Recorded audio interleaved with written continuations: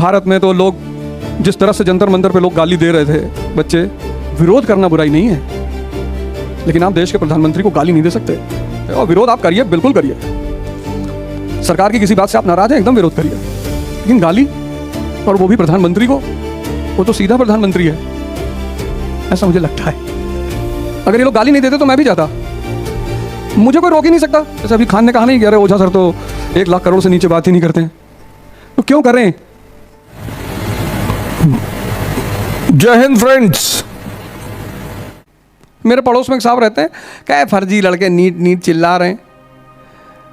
तुमने कहा तुम्हारे यहाँ कोई परीक्षा दिया है? कहा नहीं। वो क्या इसीलिए कह रहे हो?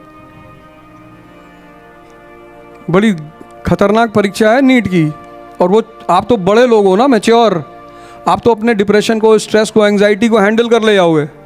वो जो 16 साल के बच्चे हैं, 17 साल के, हम भी गए थे, तब नीट नहीं होता था, पीएमटी की परीक्षा होती थी ना 1990 में। तुम्हारी अम्मा ने कहा कि पीएमटी की तैयारी कर लो, हमसे कहा नहीं हो पाएगा, कहीं करना पड़ेगा। हमारे यहाँ कोचिंग करने वालों की शादी होती थी 1990 में। 1990 में जो लड़का कोचिंग करता था उसकी शादी हो जाती थी कि भाई पीएमटी कोचिंग कर रहा है मतलब डॉक्टर हो जाएगा। तो हमने अपनी माता जी से कहा कि मेरा मन ही नहीं लगता पढ़ाई में, आप फालतू में एडमिशन करा रहे हो, दिमाग खराब है, चलो जाओ। जूलॉजी, बॉटनी, केमिस्ट्री, फिजिक्स की किताब, अरे मैंने कहा भैया। मेरे साथ एक लड़का था आशुतोष, पागल पढ़ाई में, उसको देख के मुझे दया आती थी इतना। मैं अगर उससे बोल देता था, खिड़की के पास जाके खड़ा होकर उसके कमरे पे कि और भाई पढ़ रखा, प्लीज यार डिस्टर्ब मत करो यार। अबे मैंने कहा डॉक्टर पागल हो जाओगे तुम।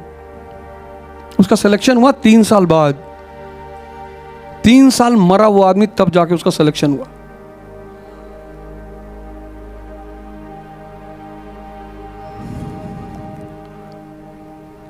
तो यहां किसी को दर्द का एहसास नहीं होता तब तक जब तक वो दर्द उसके अपने घर में ना हो।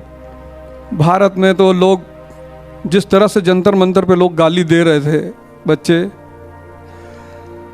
मतलब विरोध करना बुराई नहीं है, लेकिन आप देश के प्रधानमंत्री को गाली नहीं दे सकते।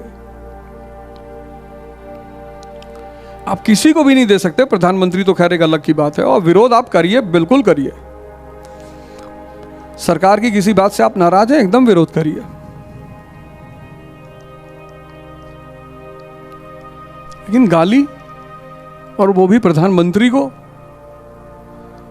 वो तो सीधा प्रधानमंत्री है, ऐसा मुझे लगता है। प्रधानमंत्री जी से मैं खुश नहीं रहता, मैं उनसे बिल्कुल, लेकिन व्यक्तिगत तौर पे मैं उनकी बड़ी तारीफ करता हूं। मैं किसी को खुश करने के लिए थोड़ी पैदा हुआ हूं कि साहब आप बहुत अच्छे प्रधानमंत्री हैं, मुझको राज्यसभा भेज दीजिए। ये सब हमसे ना हो पाएगा। हम जब भी जाएंगे अपनी बदौलत जाएंगे। तो मैं उनसे बिल्कुल, उनके किसी विचारधारा से मैं वो नहीं रखता, लेकिन चूंकि मेरे प्रधानमंत्री हैं इसलिए मैं उनका सम्मान करूंगा। मुझे जब भी विरोध करना होगा मैं बिल्कुल करूंगा। अगर ये लोग गाली नहीं देते तो मैं भी जाता, मुझे कोई रोक ही नहीं सकता। मैं अपनी तरह से जीने वाला आदमी हूं। मेरी माता जी ने मुझे कोशिश की थी, 15 साल मैंने उनसे बात नहीं की। हाँ हम गलत हैं, हम माफी मांग लेंगे, पैर पकड़ लेंगे। गलत नहीं है तो फिर आपको हमसे माफी मांगनी पड़ेगी। और जीना अपनी ही तरह चाहिए, वरना जीने का फायदा क्या है? आप अपने आप को बहुत दीनहीन समझते हो, आप में से बहुत सारे लोग, और हमसे लोग इसीलिए चिढ़ते हैं। हम क्लास 8 में जब थे, हमसे इसीलिए लोग चिढ़ते हैं कि तुम कम क्यों नहीं बोलते हो।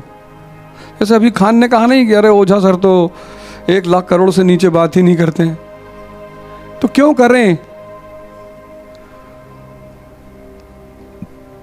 सही कहा। हमारे पिताजी क्लर्क थे और हम बोलते बोलते ही यहाँ तक पहुँचे। अगर हम बचपन से सोचते कि बैंक का एग्ज़ाम देंगे तो हम रह जाते वहीं गोंडा में, कहीं गारमेंट की दुकान चला रहे होते। इस वजह से मुझे बहुत मतलब बेइज्जती सहनी पड़ी। क्लास 8 में मेरी टीचर ने मुझे मार दिया एक झापड़ खींच के। चंद्रा मैम हमारी क्लास टीचर थी वो। तो एक दिन पूछ रही थी कौन क्या बनेगा, तो सब बता रहे थे MBA engineer, doctor, MBA engineer, doctor. हमारा टर्न आया, हमने कहा मैडम हम तो प्रधानमंत्री बनेंगे। एक चाटा मारी, कहीं तुम्हारे पापा क्लर्क हैं, ज़्यादा नहीं सोचना चाहिए बेटे। तो मैंने अपने पिताजी से आके कहा कि ऐसी ऐसी बात होगी, मार दिया उसने। कहा जाने दो बेटा, स्त्रियों को कुछ नहीं कहा जाता। फिर पता नहीं परमात्मा की क्या मर्जी थी कि जीवन में कहता ना टाइम, पर मैंने ये कभी नहीं किया कि मैं किसी आदमी के सामने कह दूं कि नहीं सर। सोनू शर्मा से मेरा जब पॉडकास्ट चल रहा था, मैंने कहा कोई बुला ले तो राज्यसभा चले जाएंगे, मना तो बिल्कुल नहीं है। अपनी अगर तुम बड़ा सोचोगे नहीं और डरोगे कि ये हंसेगा मेरे ऊपर, हंसने दो। दुनिया में सबसे ज्यादा मोटिवेशन हंसी से पैदा होती है। जब तक लोग तुम्हारे ऊपर हंसेंगे नहीं, तब तक तुम्हारे अंदर बेइज्जती की आग कभी नहीं जलेगी। आज तुम देखो जो भारत में दलित समाज है, क्यों इतना राइज कर गया? हंसे लोग उस समाज पे, उसको सम्मान नहीं दिया, उसकी बेइज्जती की, तभी तो उनके अंदर आग पैदा हुई। आज तुम देखो फलक्रम कैसा हो गया, ब्राह्मण नीचे आ गया। क्यों? क्योंकि इनका सम्मान था। अब ये स्ट्रगल करने लगे। अब रिवर्स ऑस्मोसिस हो रहा है। पहले ऑस्मोसिस हो रहा था, अब रिवर्स हो रहा है। अब इन्हें एहसास हुआ कि नहीं भैया लड़ना पड़ेगा। जिसकी बेइज्जती होगी, और अगर उसने बेइज्जती को अपने दिल से लगा लिया, तब वो लड़ेगा। और अगर वो जलील है, कुछ लोगों की बेइज्जती होती फिर भी हंसते रहते, अरे भैया मजाक कर रहे हैं। और जिस आदमी को बर्बाद होना होता है, उसके 3-4 लक्षण होते हैं उसके पास। पहला लक्षण होता है उसको क्रोध बहुत आता है।